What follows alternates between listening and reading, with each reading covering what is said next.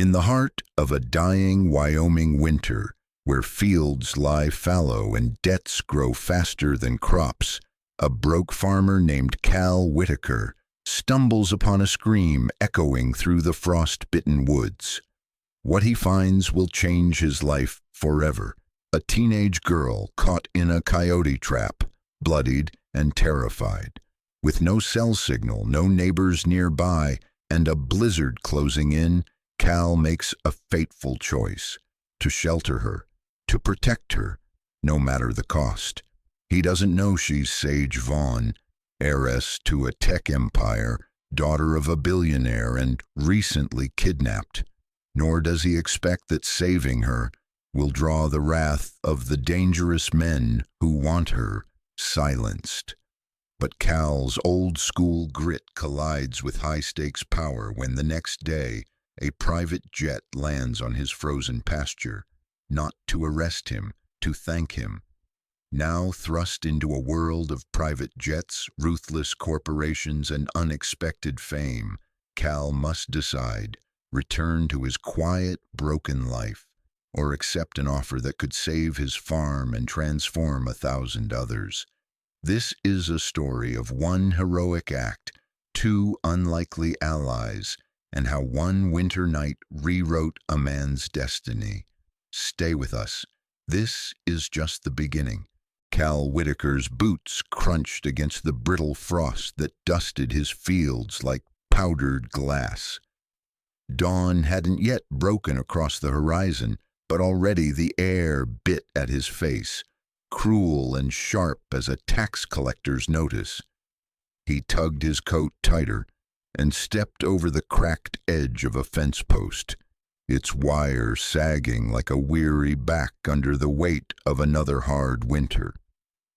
His land used to be worth something, used to feed people. Now it barely fed him. He squinted at the eastern sky, pale gray.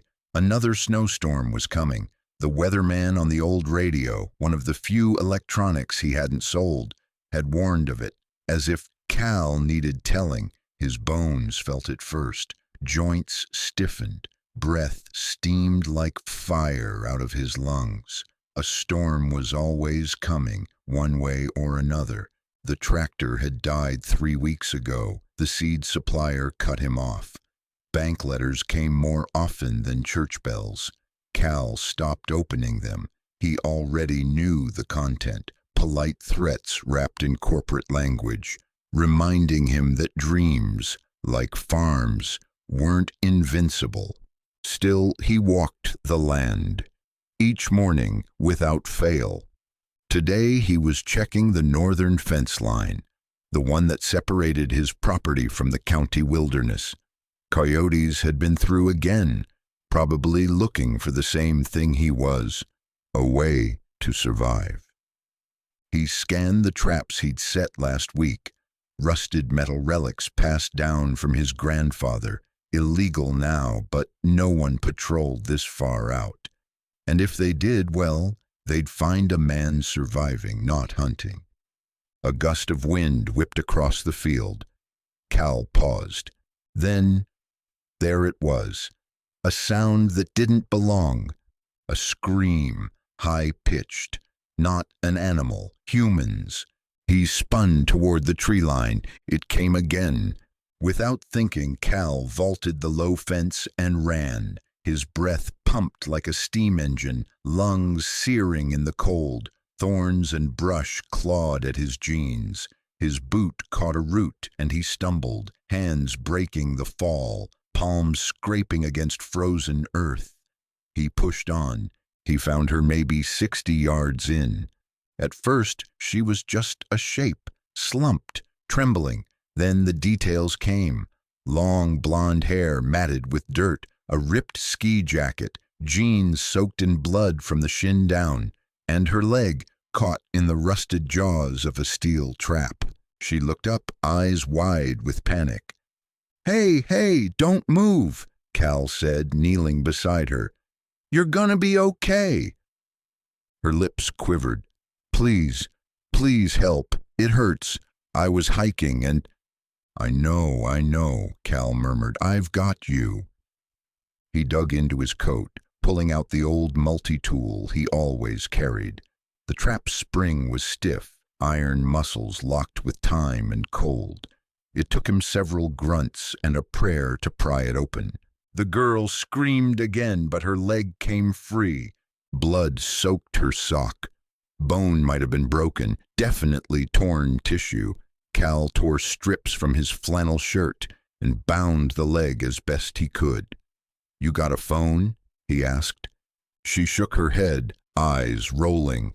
Cal cursed under his breath. Of course not. He hoisted her onto his back. She was small, lighter than she looked, but every step through the snow was fire. His boots sank into drifts. Wind howled, but he didn't stop. "You hang on, okay?" he said. She didn't reply. He carried her all the way back to the barn. His house was too cold, too far. The barn had blankets, a cot, the propane heater. As he laid her down, her eyes fluttered open. "What's your name?" she whispered. "Cal," he said, brushing snow from her forehead. "Cal Whitaker." She nodded weakly. "I'm Sage." Then she passed out. Cal sat beside her, shaking, not just from the cold anymore. Something had just happened, something big. He didn't know who this girl really was or what trouble she brought, but trouble had come. And Cal Whitaker had just opened the door. The barn groaned under the weight of wind and snow as dusk crept across the sky. Cal knelt beside the propane heater, flicking the striker for the fourth time. A weak blue flame finally caught, casting flickering warmth across the hay-strewn floor. He exhaled a long breath, frost curling from his lips. Sage lay still on the cot. The makeshift bandage around her leg was stained deep crimson. She hadn't stirred since passing out, and Cal wasn't sure if that was a good thing. He'd boiled some water, found old antibiotics from the emergency kit, and rigged up a flashlight to hang from a rafter. The barn, in that moment, became a triage unit. Cal watched her chest rise and fall. She was alive. That was something, but he was out of his depth. He reached for the old two-way radio mounted on the shelf. Static. No signal. Cell phone. Dead. His generator could have charged it, but it hadn't worked since fall. He thought about hitching up the old truck and driving into town, but the storm had buried the road, and the truck didn't have chains. They were trapped. He wrapped another blanket around Sage, then turned to the barn doors. Snow piled fast. He'd need to shovel out in the morning, but for tonight, he'd make do. He sat on a crate and rubbed his temples. How had his life come to this? Just last year, he'd planted his last viable crop of wheat, hoping the yield would save the farm. But summer brought drought, and what little sprouted died in the heat. Since then, it had been loan extensions and skipped meals. He used to have help, his brother before the accident, and Jenna, his ex-wife, before she got tired of losing. Now it was just him, and this strange, injured girl. Sage whimpered in her sleep. Cal jolted upright. She was shivering violently. He added another blanket and knelt beside her. "You're all right," he whispered. "You're safe." Her eyes blinked open, glassy, dazed. "Where?" "My barn. Closest shelter I had. You were trapped." "Bad." She looked at him, confusion melting into memory. "The trap. It—" She choked on the words. "Don't try to talk too much. You're lucky it didn't snap the bone clean." "I was with my group. They hiked ahead. I stopped to take a picture. Then I slipped, fell into the trap. I tried calling out, but—" She clenched her jaw. They left you? I think they didn't hear me. Her eyes filled with tears. Rest. We'll talk more tomorrow. You're safe now. She reached for his hand. Thank you. Cal squeezed gently. Get some sleep, Sage. As the wind howled against the barn's rafters, Cal sat guard beside her. A stranger had landed in his life like a snowflake on fire, and he had no idea what was coming next. Morning broke with a strange hush. The wind had stopped, leaving behind a world blanketed in white. Cal stepped out of the barn and into the snow up to his knees. The entire field looked like a frozen sea. His farmhouse a lone ship, half buried by the storm. He spent an hour digging a narrow path from the barn to the house and back, hauling water, heating broth, and checking the old traps again. One had caught a rabbit. He skinned it quickly, grateful for the protein. When he returned, Sage was awake, propped up on one elbow. You stayed? She asked. I'm not in the habit of leaving wounded folks in my barn unattended, Cal said, setting the broth beside her. Drink slowly, it's hot. She sipped carefully, then winced as she moved. My leg feels numb, likely some nerve compression or shock. I'm no doctor, but it's not infected yet, thank God. I owe you. Let's not talk about that until we get you out of here. She tilted her head. You live here alone? Just me. Land's been in my family 4 generations. Not much left now, but rust and memories. Sage studied him. You could have left me there. He looked away. Wasn't raised like that. There was a pause. Then she asked softly, Do you believe in fate? Cal raised an eyebrow. I believe in cause and effect. Storm comes, you brace. Fire starts, you stomp it. Fate's too fancy a word for what life dishes out. She smiled faintly. My dad would disagree. And he'd be... Her lips parted, but she stopped. A flicker of pain or hesitation crossed her face. Someone with a lot of opinions. Something about the way she said it stuck with him. Cal cleaned her wound again, changed the dressing. You sure you're not some senator's daughter?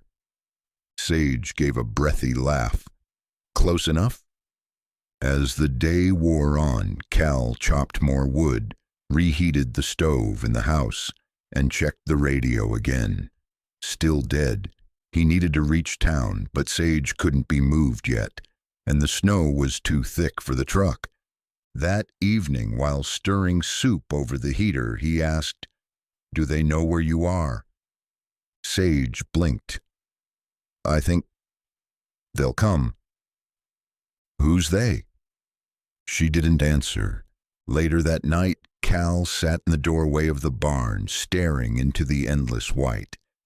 He couldn't shake the feeling that someone was out there, watching, waiting. The next morning came with a sun too bright for the bitterness in the air. A hard freeze glazed the snow, turning the fields into sheets of glass. Cal squinted across the flat expanse as he stepped outside the barn. The world looked clean, peaceful, but he knew better. Peace was a surface thing. Underneath, the ice cracked. He trudged back toward the tree line to check the trap lines, though he half hoped they'd come up empty. After what happened to Sage, the metal jaws of those ancient contraptions made his stomach turn. But he needed food. He needed assurance. He needed to see if anyone had followed those distant tracks he'd glimpsed near her rescue. The trap that had caught her was still open, rusted edges stained faint red. He stared at it for a long moment. Why had she been so far out alone? Why hadn't the hiking group come back? He followed the faint trail her body had left in the snow when he carried her, then veered toward the ridge, boots cracking through the crust. There were prints, 2 sets, one light, hers, the other bigger, deeper, not his. His pulse quickened. Someone had followed them. He knelt to examine the tracks, now partly snowed over. The stride was long, the gait cautious, a hunter's walk. Cal scanned the trees. Silence, stillness, then a whisper of movement. A branch swayed where no wind blew. Cal's hand went instinctively to the hunting knife sheathed at his hip. Whoever was out here knew the woods, maybe better than he did. He didn't stay to find out.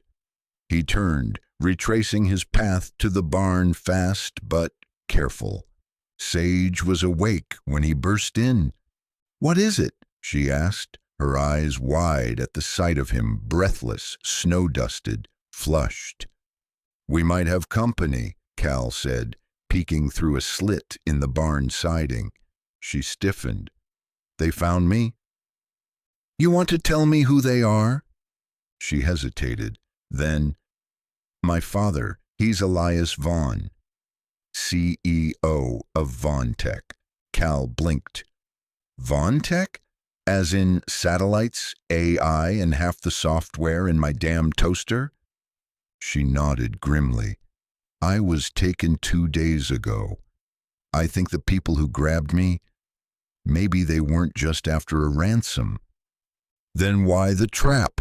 Why leave you out there?" "I escaped," she said. "During the transfer, I didn't even know where I was running, just away." Cal took that in. The girl in his barn was at the center of something dangerous. This wasn't just a lost hiker anymore. "I've got an old rifle," he muttered. "Might need to dig it out." "You think they'll come here?" "I think if they've tracked this far, they already have." Outside, the snow sparkled, peaceful, deceitful, and Cal, for the first time in years, felt fear on his land. Night fell early, as it always did in winter, and with it came a silence so deep it felt wrong. Cal sat in the barn beside Sage, rifle across his knees. The heater glowed dimly, casting long shadows over the hay bales and rusting tools. Sage was stronger tonight. The broth helped. So did the antibiotics. But fear had returned to her face. "Do you think they'll come tonight?" she asked.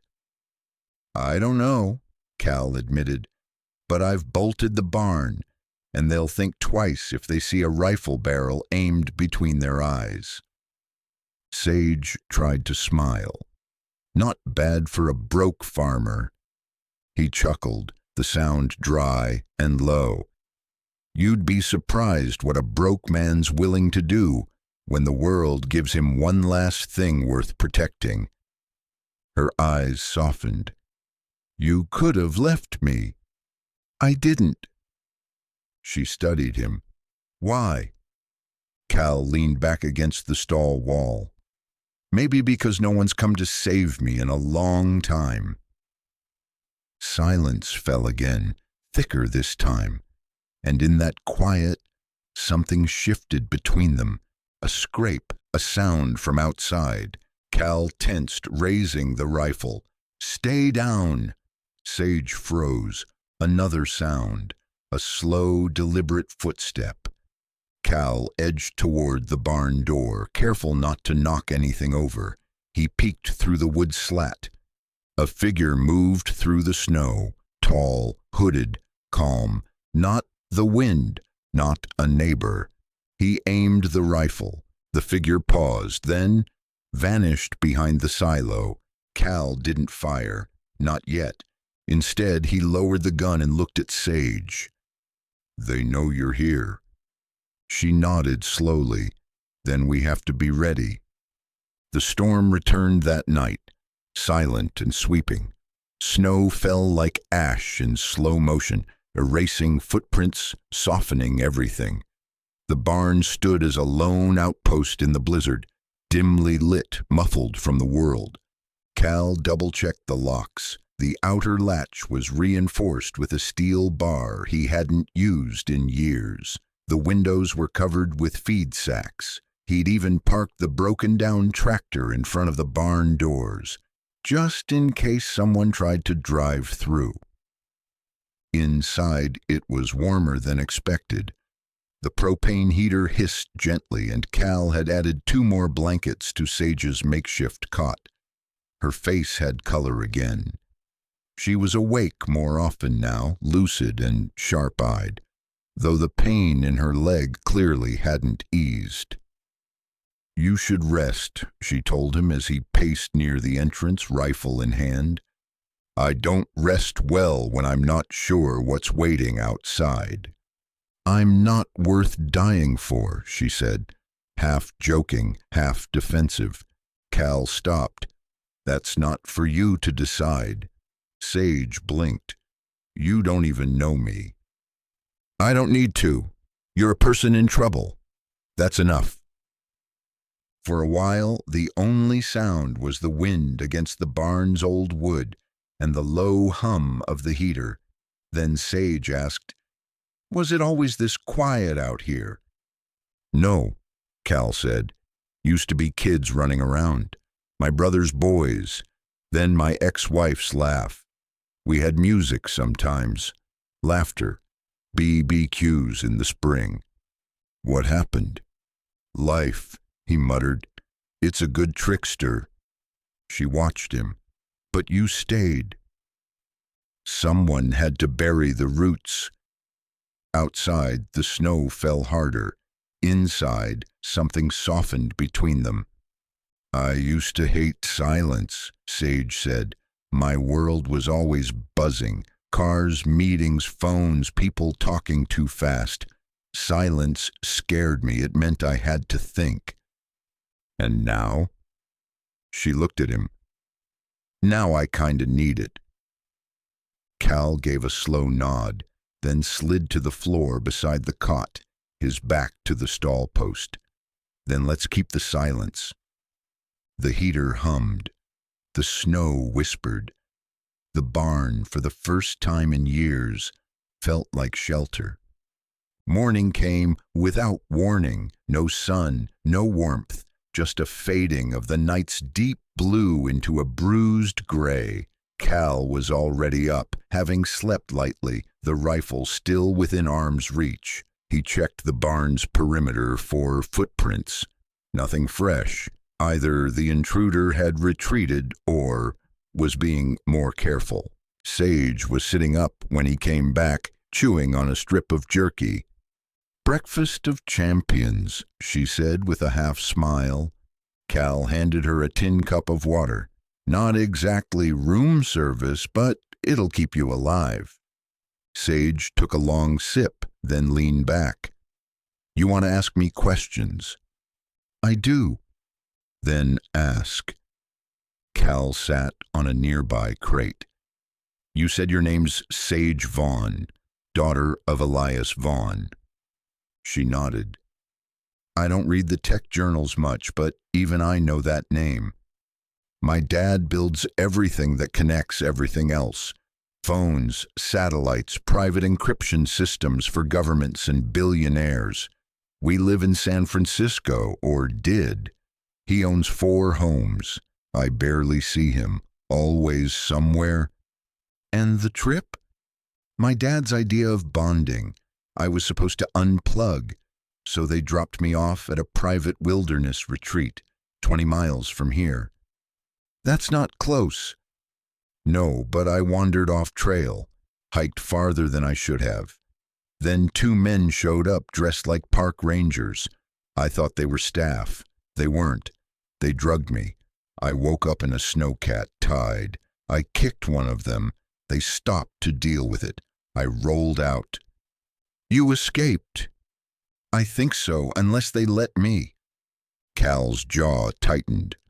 "Why would they?" "I'm not sure. Maybe they didn't expect me to survive out here, or maybe They're waiting.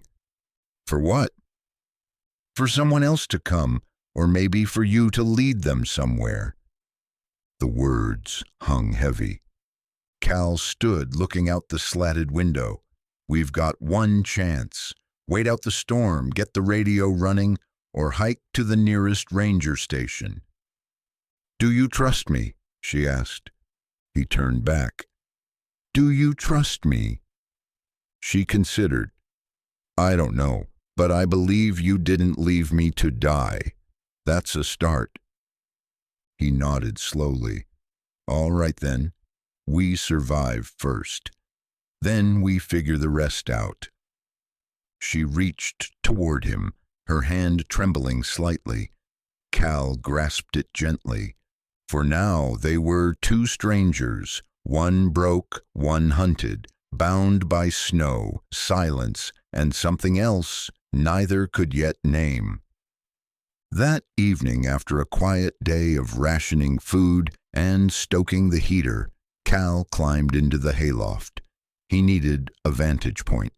The barn offered limited visibility, but the small window up top gave him a partial view of the tree line. Snow was still falling in flurries, soft but relentless. He brought the rifle, a pair of old binoculars, and a thermos of black coffee. Down below, Sage slept more soundly, her pain dulled by exhaustion and makeshift care. Cal didn't want to worry her, but his gut hadn't relaxed since the sighting 2 nights ago. Something was out there. He felt it like pressure behind his eyes. As dusk fell, shadows deepened. The barn creaked with the wind. Cal scanned the trees, back and forth, rhythmic like a heartbeat. Nothing. Then, movement, a shape, subtle, quick. Someone crouched near the fence, watching. Cal's pulse surged. He tracked the figure with the rifle scope. Whoever it was had a hood up, face obscured. They moved with purpose, not lost, not cold, but calculated. A professional, a hunter. Then just as quickly, they vanished. He stayed there for another hour, but nothing else moved. By the time he climbed down, the coffee was cold. Sage stirred at the sound. You saw something, didn't you? She asked groggily. Cal hesitated. I did. She sat up, eyes now wide open. Are they still out there? Maybe. Could have been scouting. Maybe they're waiting. For what? For us to panic.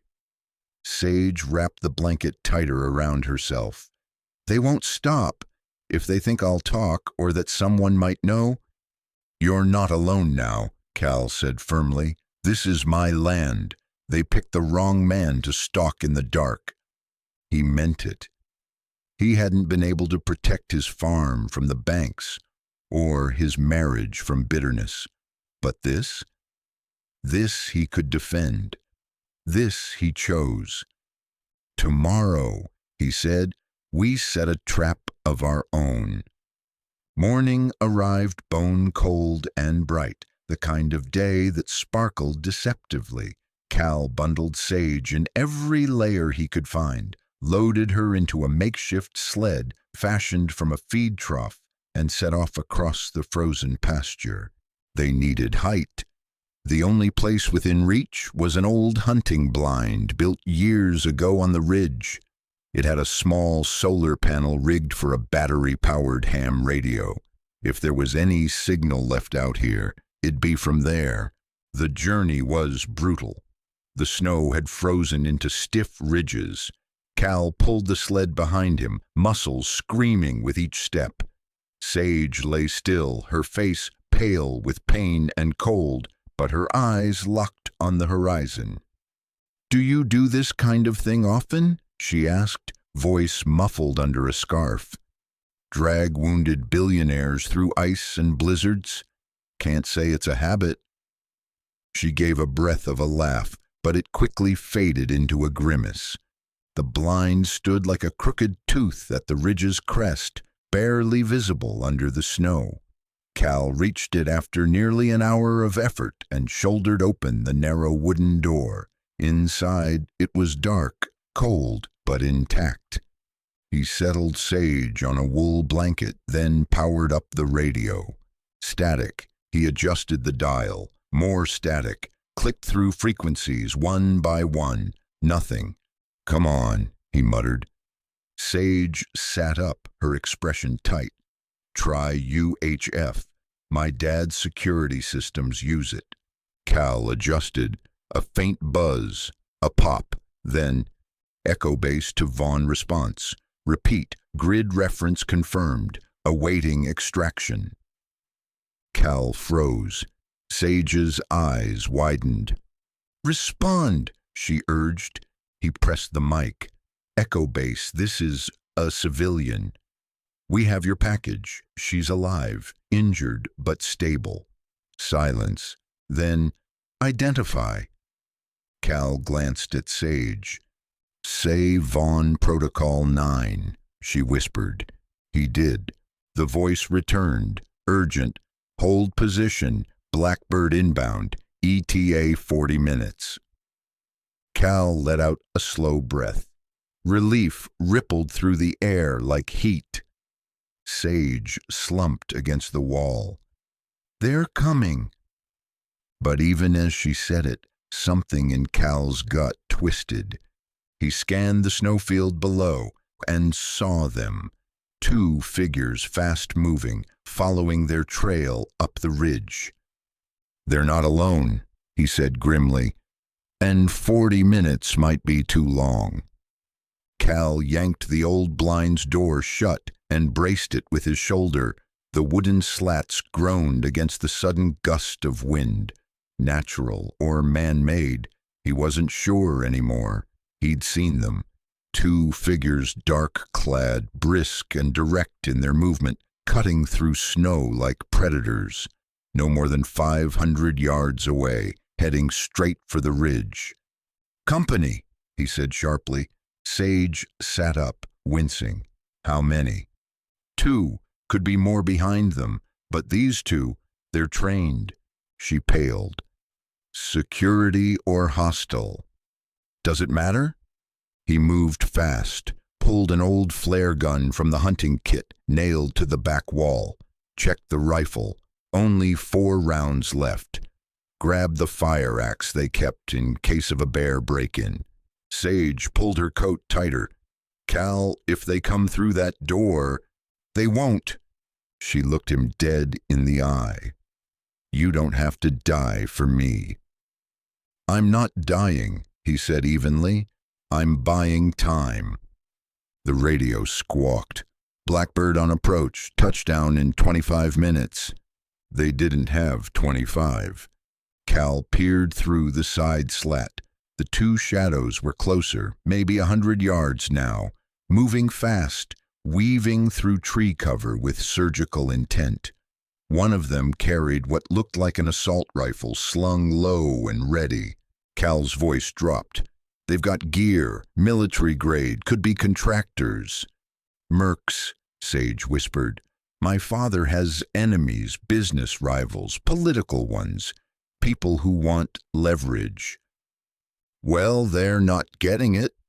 He opened the hatch on the roof, aimed the flare gun high, and fired. A sharp red streak burst across the snowy sky, painting the clouds with warning. A beacon, a challenge. The two men broke into a run. Cal dropped back down, breathing hard. Sage was shaking. "They'll reach us in minutes.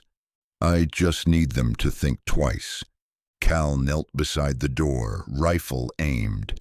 5 heartbeats passed, then 10, then crunching boots, snow shifting. A voice barked from outside. "Hand over the girl and no one gets hurt." Cal didn't flinch. "You want her, come and get her." A pause. Then a bullet ripped through the wood, splintering the beam beside his head. Sage screamed.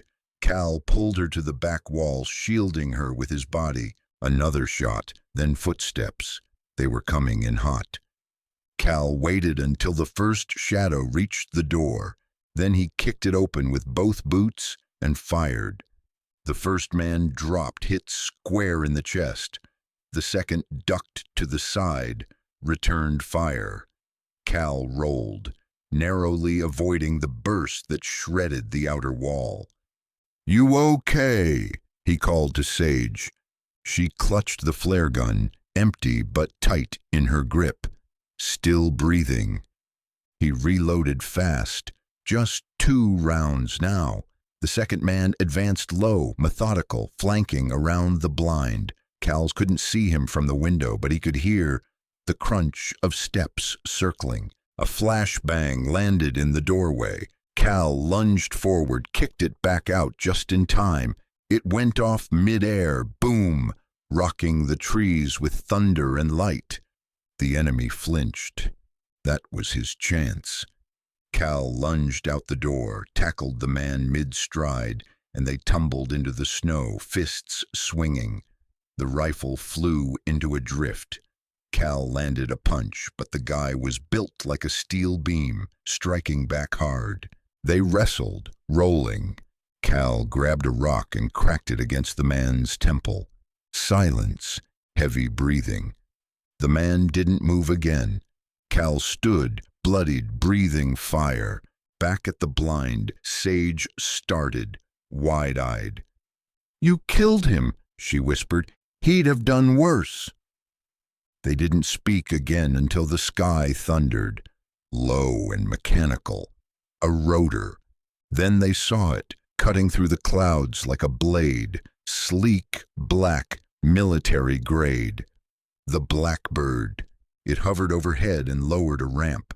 2 operatives in clean Von-Tech gear emerged, motioning them forward. Sage began to cry, not out of fear, but relief. She turned to California. "Come with me." He hesitated, looked back at the dead man, the rifle, his frozen farm below. "I can't leave it all behind." "You don't have to," she said, "just come. For now." He nodded, and together they stepped into the jet. The Blackbird cut across the sky like a whisper wrapped in thunder. Inside, Cal sat beside Sage, trying not to stare at the gleaming touchscreen panels or the silent, suited men who moved like ghosts with guns. Sage sat stiffly in a crash seat, her leg wrapped in a thermal brace. Across from her, a woman in black Kevlar armor checked her vitals. Stable, no internal bleeding, swelling controlled. "She's lucky." "She's alive because of him," Sage said, nodding at Cal. The medic glanced his way, impassive but respectful. "Then he saved Vaughn. That's no small thing." Cal watched snow vanish beneath them, swallowed by the horizon. "Where are we headed?" "Denver," Sage replied. "Private Von-Tech compound, secure medical wing. My father will be waiting." The name again. Vaughn. It echoed differently now. Cal leaned back, trying to process it all. A week ago he was fixing fences and dodging foreclosure. Now he'd killed a man, fled armed contractors, and was flying in a jet with a tech heiress who trusted him more than anyone else. He rubbed his face. Who were those men? Sage's voice lowered. Mercenaries hired through shell companies. They weren't supposed to hurt me, just take me. But someone changed the plan. Someone high up? She nodded. Maybe even inside Von-Tech. The idea chilled him. "And my farm?" Cal asked. Sage looked at him gently. "The jet's going back. You'll be taken care of, I promise." But that wasn't the answer Cal needed. He wasn't looking for a bailout. He wanted clarity. Who had sent those men, and who were they coming for next? Denver shimmered like a polished gem beneath the jet's descent. Cal pressed his face to the window, half mesmerized, half suspicious. The Vaughn Tech facility was perched on a ridgeline outside the city, part medical, part fortress. Layers of security surrounded a sleek glass and steel compound nestled among pines. Once they landed, Cal helped Sage onto a hovering stretcher, then followed her through a gauntlet of scanning tech and retinal IDs. The walls hummed with digital awareness, every motion tracked, every breath logged. Inside the medbay, white floors gleamed under clean, cold lights. Doctors swarmed Sage. Cal was directed to a private lounge, plush chairs, water on crystal trays, and a massive holoscreen displaying security feeds and stock tickers. He didn't sit, he paced. A man entered quietly, gray suit, no tie. Intense eyes, polished yet raw. Elias Vaughn. "You're the farmer," Elias said. "You're the father." A long pause. "You saved my daughter." "I did what anyone decent would do."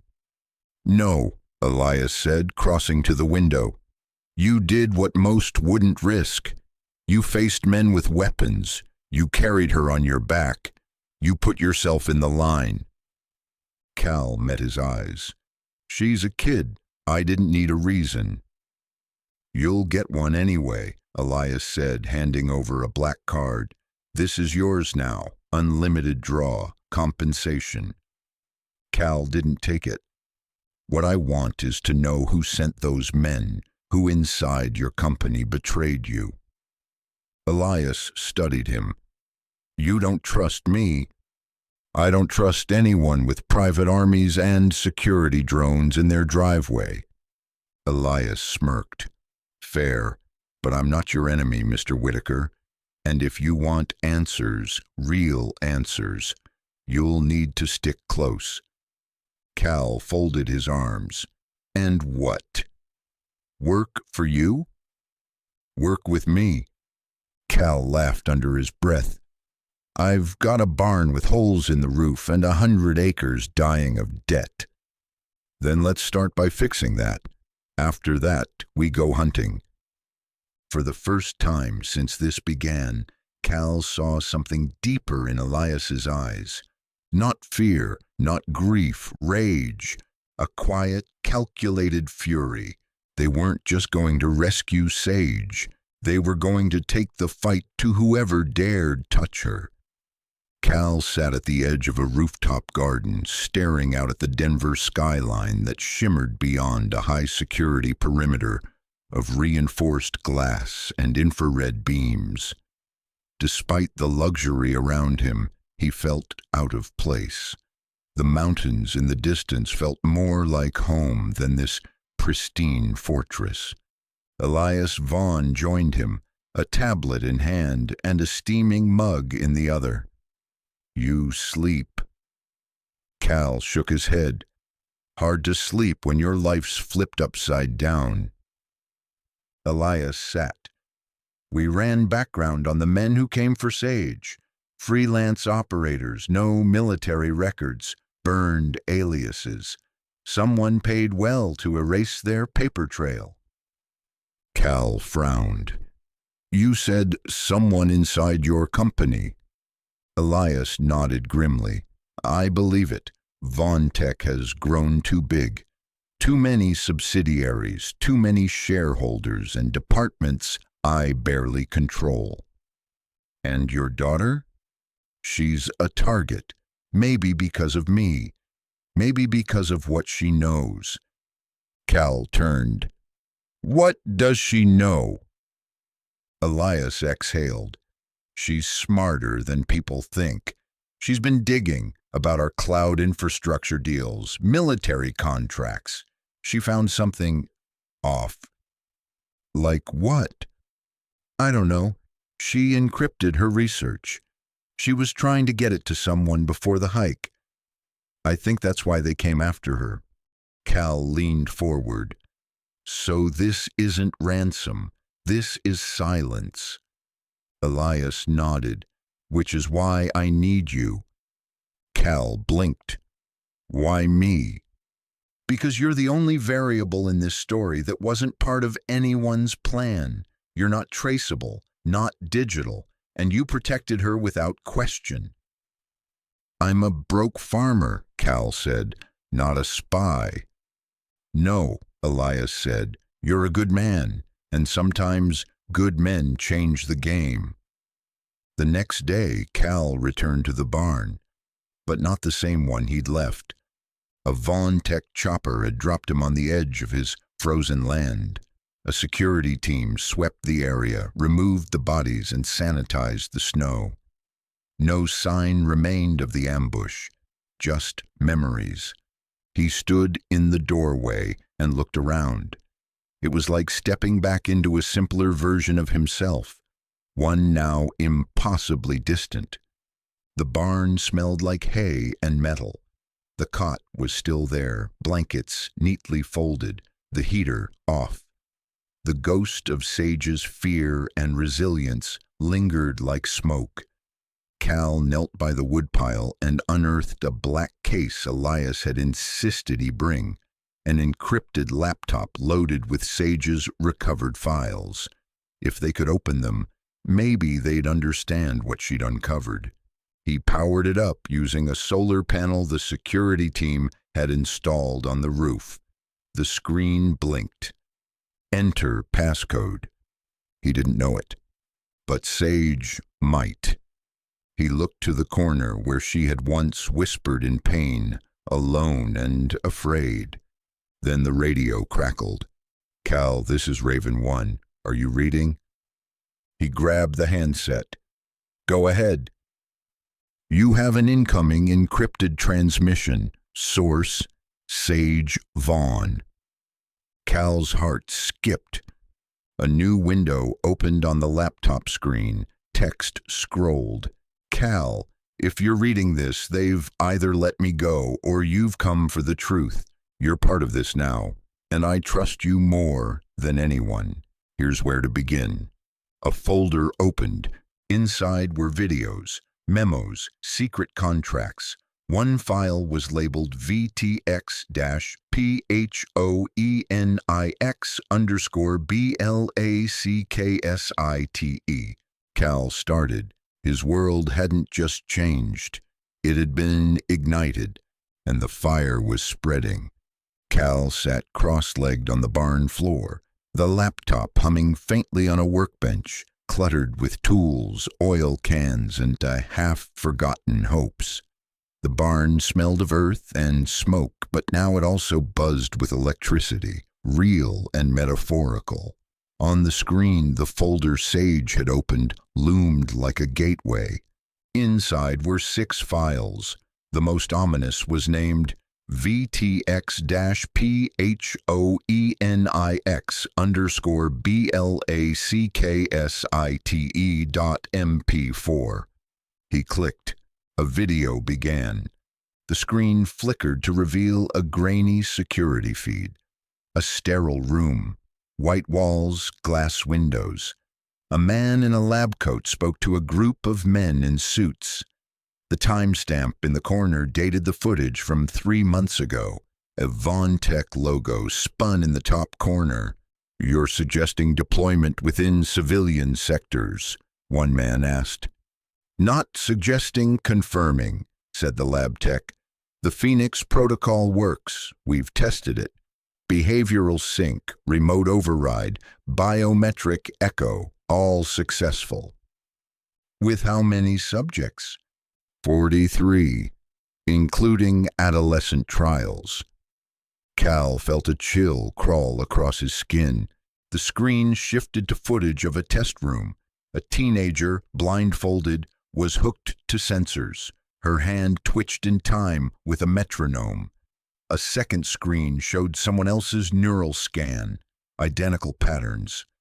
She's echoing him, the tech explained. We call it neuro-ghosting. Cal stopped the video. His heart was racing. Vaughn Tech, Elias Vaughn, was funding this. But Sage had found this. Maybe she'd uncovered it by accident. Maybe she'd gone looking on purpose. Either way, she had known it was dangerous. He clicked the next file. Field deployment memo, redacted. Text filled the screen, half of it blacked out, but he caught enough. We recommend limited release of Phoenix devices into select urban populations for soft behavioral drift. Goal: increase population compliance and reduce unrest in pre-election zones. Division: VTX Signal/Operations. Director: C. Delaney. Cal read it twice, then a third time. Compliance, he muttered. They're controlling people. He leaned back, his breath fogging in the cold barn. All the silence in the world couldn't drown out the roar building in his chest. What they'd tried on those kids wasn't just illegal, it was monstrous. Sage had been right to run, and they'd been right to try and silence her.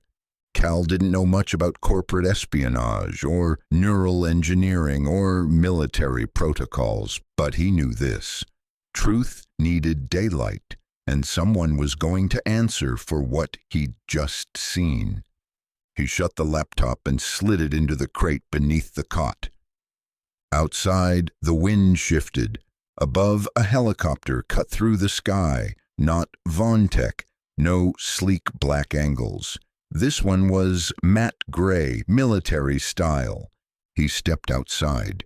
It circled, then drifted south toward the canyon road, slow, scouting, as if sniffing the land. Cal's gut told him someone else had caught a signal, and they were coming, not to help, but to bury. Sage felt weightless. The anesthesia had worn off, but a new kind of fog remained.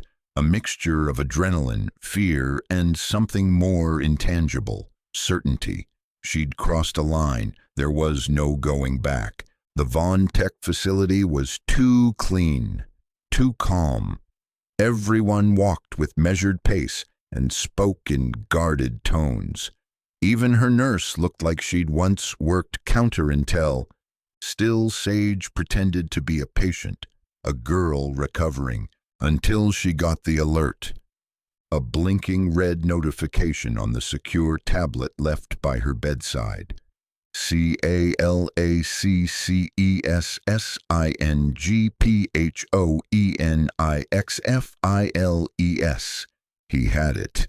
She smiled. A voice buzzed on her comm implant, something her father's team had insisted on installing. Sage, you're awake. Good. Your father's waiting. Tell him I need 5 minutes.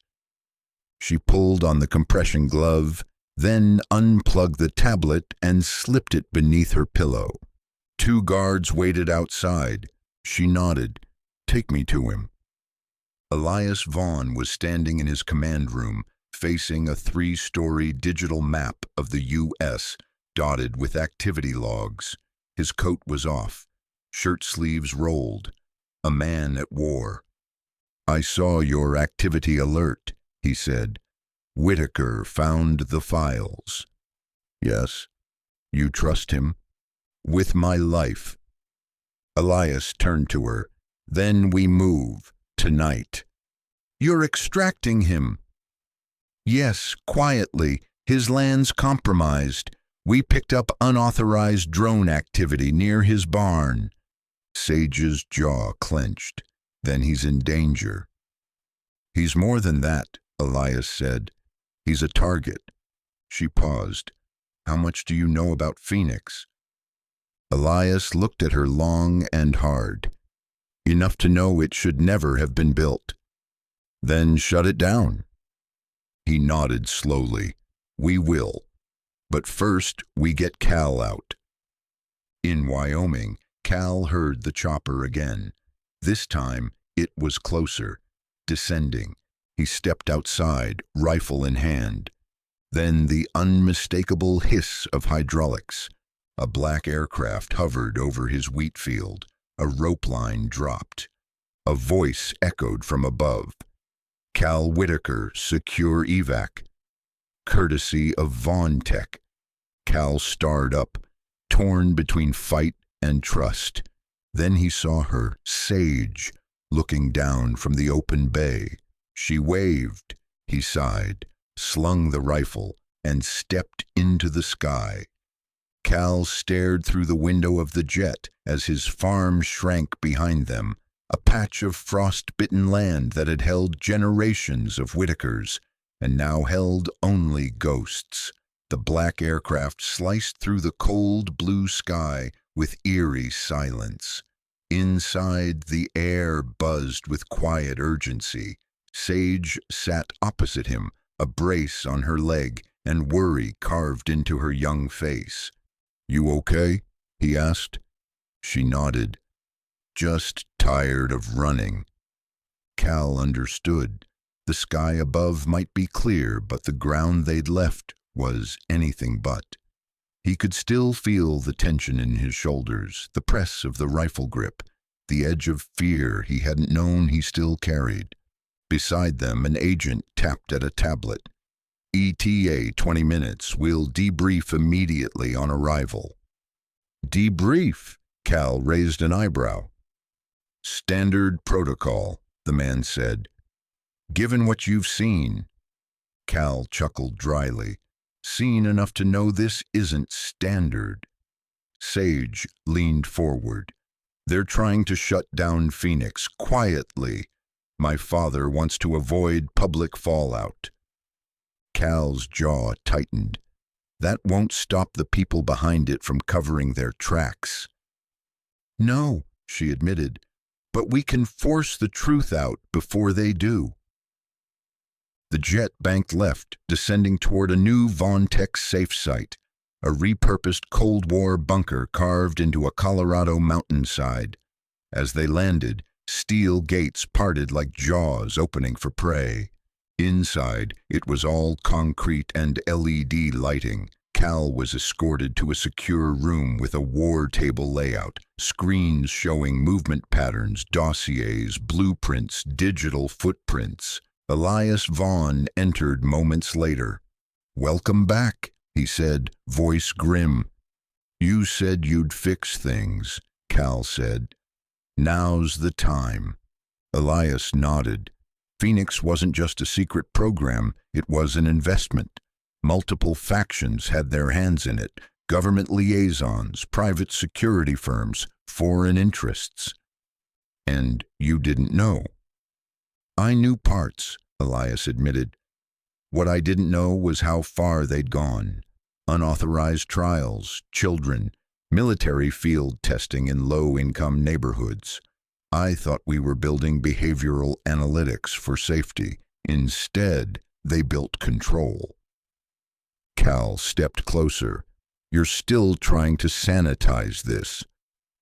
"I'm trying to contain it," Elias snapped. "Because once this goes public, it won't just bring down the company. It'll destabilize cities where Phoenix already has roots." Cal stared at him down. "So we don't expose it?" "We expose it right," Elias said. "Through Sage, through you, through real evidence. But first, we finish tracing the core team. There are still operatives like the ones who came for Sage, who aren't accounted for." Sage stepped forward.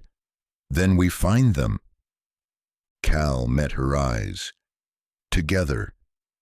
The battle had only begun. Cal sat alone in the makeshift quarters Vaughn Tech had offered, a reinforced suite 2 floors underground, furnished like a hotel but sterile as a lab. The laptop was open in front of him, the Phoenix files spread across multiple tabs. Everything he'd seen haunted him. The teenagers blank-faced, the biometric overlays, the deployment maps. He ran a hand through his hair. What the hell have I stepped into? A knock at the door interrupted his thoughts. He turned to see a guard handing him a secure phone. "There's a call for you, sir. Priority channel." Cal took it warily. "Hello?" A pause. Then a woman's voice, crisp, confident. "Mr. Whitaker, you don't know me, but I know what you have."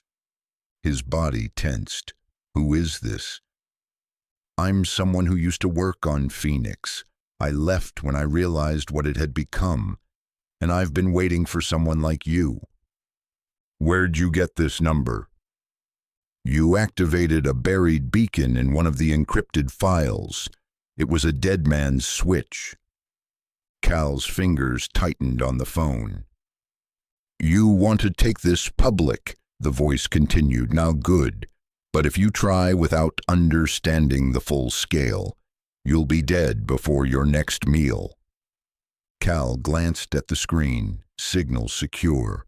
Or was it? "What do you want?" he asked. "To help you," she said. "But not from here. If you want real proof, come to West Texas. There's a secondary black site, one your billionaire host doesn't even know exists." He hesitated.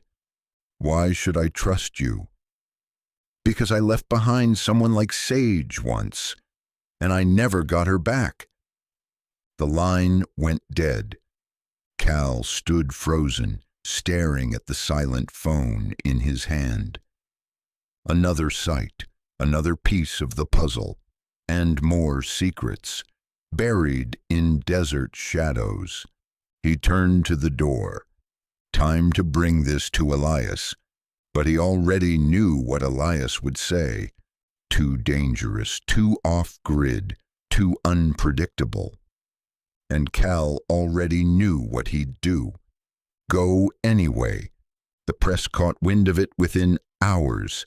Not the Phoenix files. Those were still classified tight in Vontech's servers. But the rescue. The girl in the Coyote trap. The broke farmer who carried her through a blizzard. The Vontech heiress who sent a jet to repay the favor. The world loved it. A modern-day cowboy hero saves tech heiress. From dirt roads to the skies, the man who rescued Sage Vaughn. Cal Whitaker, the last honest man? Cal stared at the screen in Elias Vaughn's strategy room as news clips rolled. Every network, every anchor, photos of his barn, a blurry shot of him in the snow, a voiceover quoting Sage's message. He didn't know who I was. He just helped me anyway. Elias stood to the side, arms folded. "Your face is viral. Even China picked it up." Cal rubbed his forehead. "This wasn't the plan." "You're a hero now," Elias said. "People listen to heroes." Cal frowned. "So you want this?" "I didn't leak it, but it works in our favor. We release Phoenix the wrong way. It's chaos. But if the world hears it from you..." "Then I'm not just the broke farmer anymore," Cal muttered. "I'm your PR shield." Elias's jaw tightened. "You're more than that, but yes, your credibility makes this real." Cal stood. "I didn't save Sage for headlines." "I know, but I'll use them if it means stopping this thing." Elias nodded. As Cal left the room, Sage was waiting in the hallway. She held a tablet showing trending posts, Cal Whitaker memes, tweets, 100,000 people calling him a legend.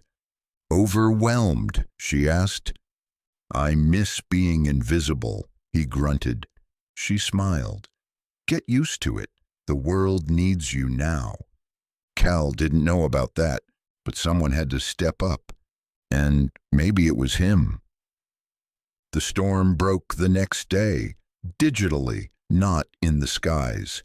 Sage had leaked a redacted summary of Phoenix Phase 1 to 3 trusted independent journalists, backed by documents, the video of the neuro-ghosting test, and a statement she personally signed. She called it the human algorithm. The reaction was immediate. Conspiracy forums erupted. Tech blogs ran headlines in all caps. Civil rights advocates cried foul. Congressional aides requested classified briefings. It wasn't a bombshell. It was a detonation. And Cal, he watched it unfold from a safe house in New Mexico, surrounded by encrypted laptops and guarded doors. Sage paced nearby, fielding interviews and secure calls. No, we won't name field sites yet. No, we won't identify test subjects. That's part of the problem. We didn't know. Cal closed the laptop. You think this will be enough? For now, Sage said, but when they realize how much we know, they'll shift to suppression, not just of the story, of us.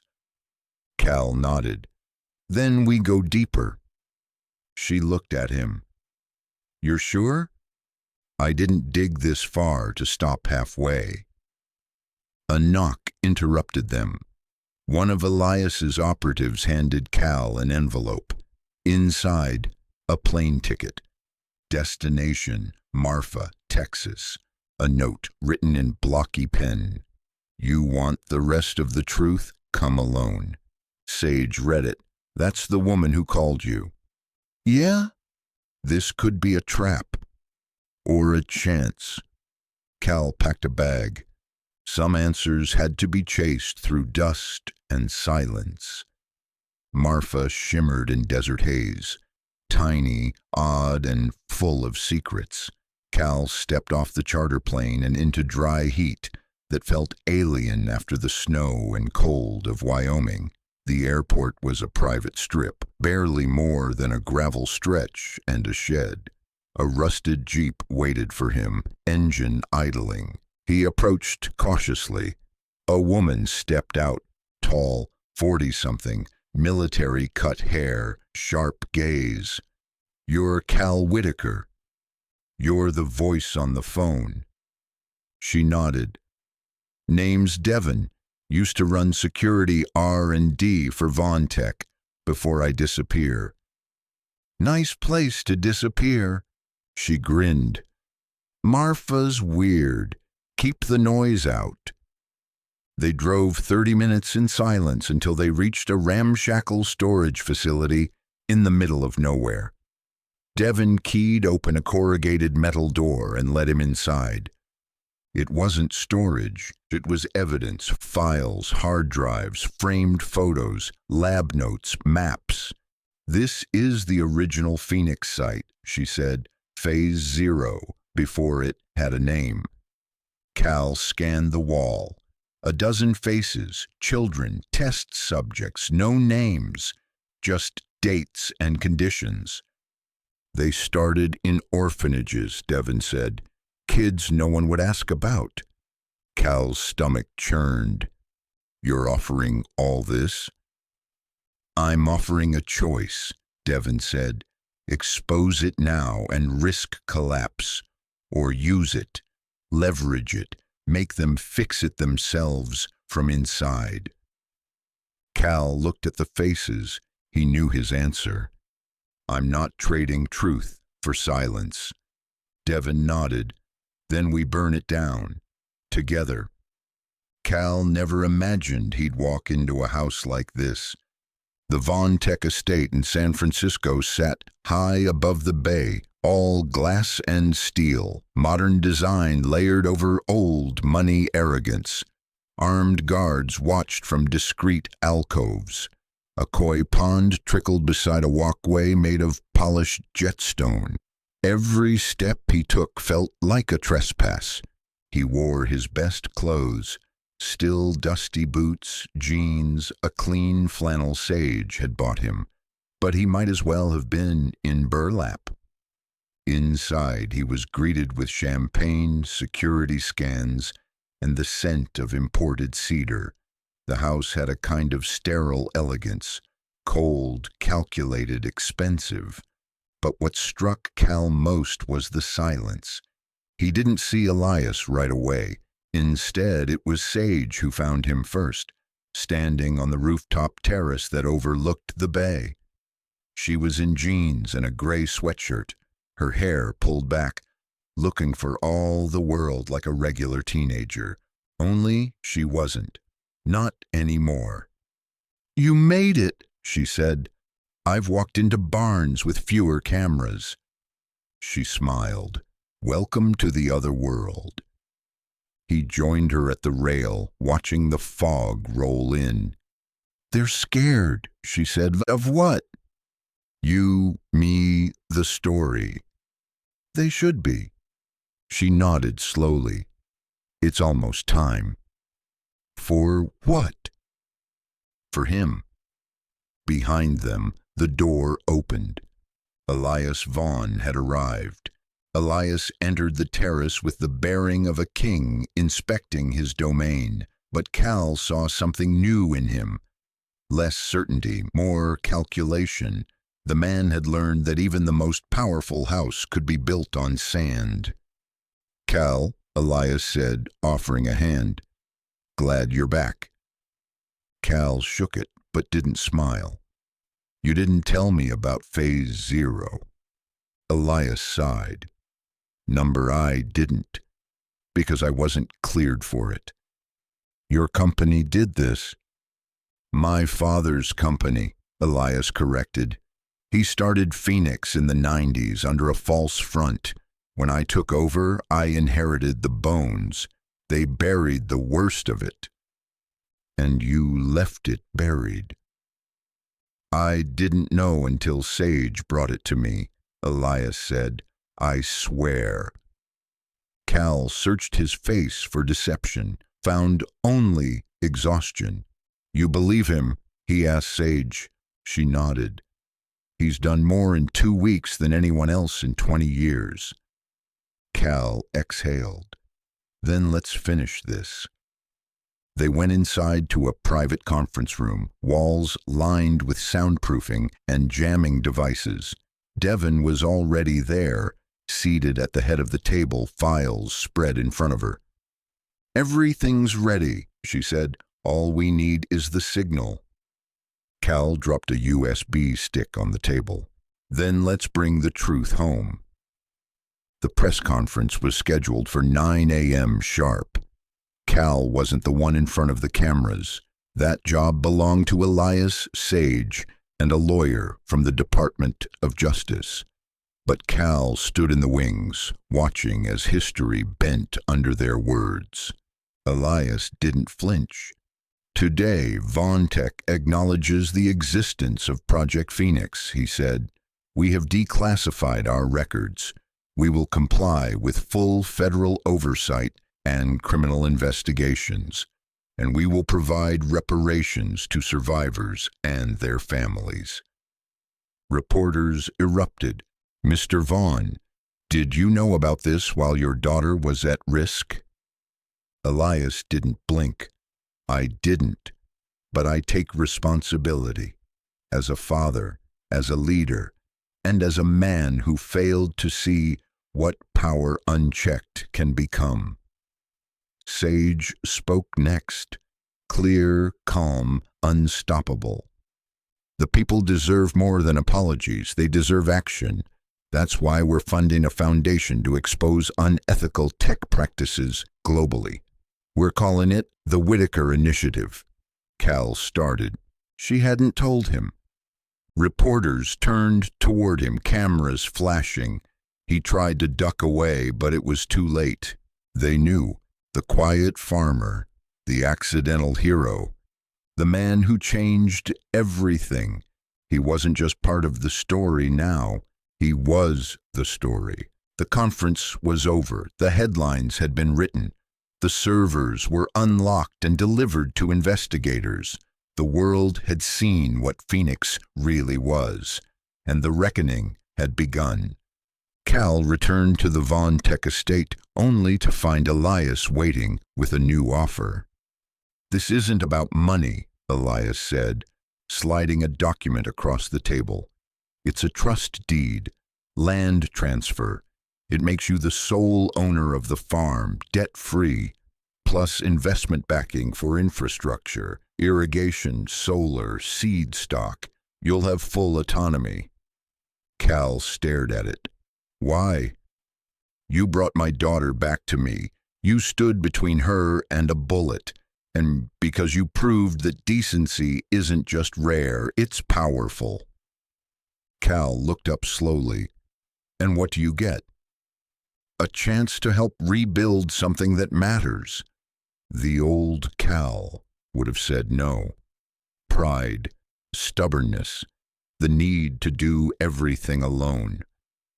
But this version, the one who'd seen secrets, buried bodies, and burned down innocence, knew better. He took the pen, signed his name. It wasn't surrender. It was beginning again. Despite his new title, landowner, hero, initiative namesake, Cal returned to the fields with dirt under his nails and sweat on his brow. He wore the same boots, though the soles were newly stitched. His tractor worked now, thanks to Von Tech Logistics, and the barns had roofs again. Reporters called. He declined. Podcasts begged for interviews. He turned them down. Even Elias offered him a job at corporate, head of ethics, if you can believe it. But Cal said the same thing to everyone. I just want to grow things. Not stock values, not scandals, just tomatoes, corn, maybe strawberries in spring. One day, while sorting new seed catalogs, Sage joined him on the porch, swinging her good leg over the rail. You could be anything now, she said. A speaker, a CEO. You've got the attention of half the world. He looked out at the golden stretch of field. Let them watch. This is all I ever wanted. She smiled. And me? He turned. You're the surprise I never saw coming. They didn't kiss. Not yet. But the air shifted. Warm. Real. Hopeful. The Whitaker Initiative launched with quiet power. Not flashy, not political, just clean systems and relentless truth. It funded investigations into AI misuse, unethical medical trials, and behavioral manipulation in social algorithms. It partnered with rural communities to create digital literacy centers and data watchdog programs. But most importantly, it gave whistleblowers a voice.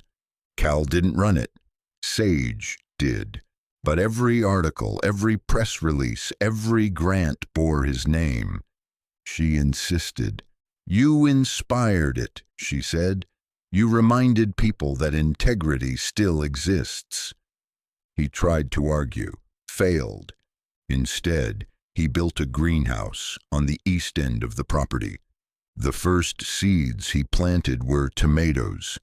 The second, lavender, Sage's favorite.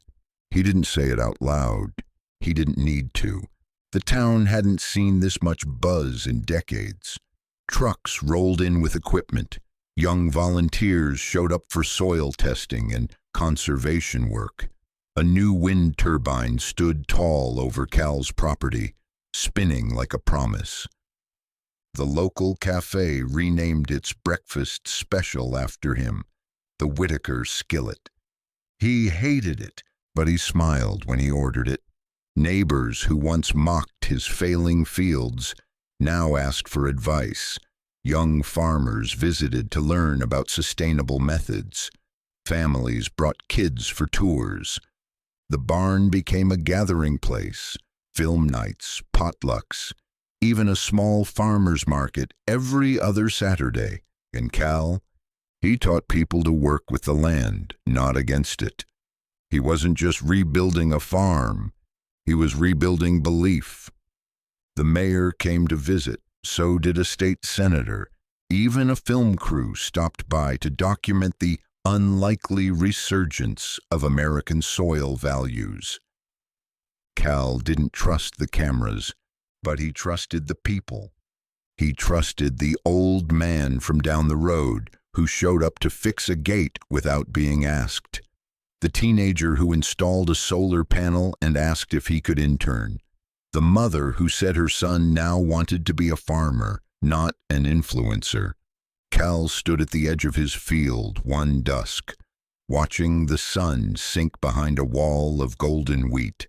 Sage joined him, arms crossed. "They'll write books about you," she said. "Let 'em write." He turned to her. "I've got my story." And it was still growing. Spring was kind to the farm that year. Rain came at just the right time. The soil stayed soft and healthy. Bees returned in thick, buzzing clouds. The greenhouse overflowed, and in the center of it all stood a new tree. They planted it together on the hill above the pasture, an oak, tall and young, its roots just beginning to grip the earth. Sage placed a tag at the base. For the day everything changed. Cal dug in the final shovelful of dirt. "They'll say we saved each other," she said quietly.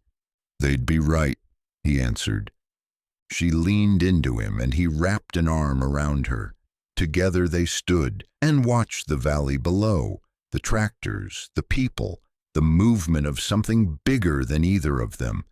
Not just a rescue, not just a story, a life remade, a community reborn. And somewhere beyond the horizon, more people were waking up, fighting back, planting hope. Because of a girl who escaped, because of a farmer who stopped to listen, because of a trap that tried to hold but failed. They didn't look back. They didn't need to. They had the fields, they had each other, and they had tomorrow.